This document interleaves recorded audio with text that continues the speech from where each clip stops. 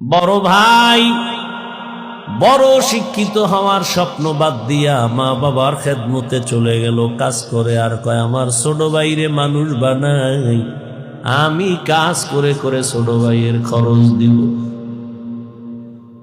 ছোট ভাইরে কষ্ট করে করে মানুষ বানাইছে, কিন্তু বহু ছোট ভাই বড় ভাই মানুষ হইতে পারে না, শিক্ষিত না হয় ছোট ভাইরে বানাইছে। ছোট ভাই এখন চাকরি করে, বড় ভাইয়ের খবর নেয় না। ঈদের সময় এখন বিয়ে করি না, কত আনন্দ, চাকরি করে, টাকার অভাব নাই।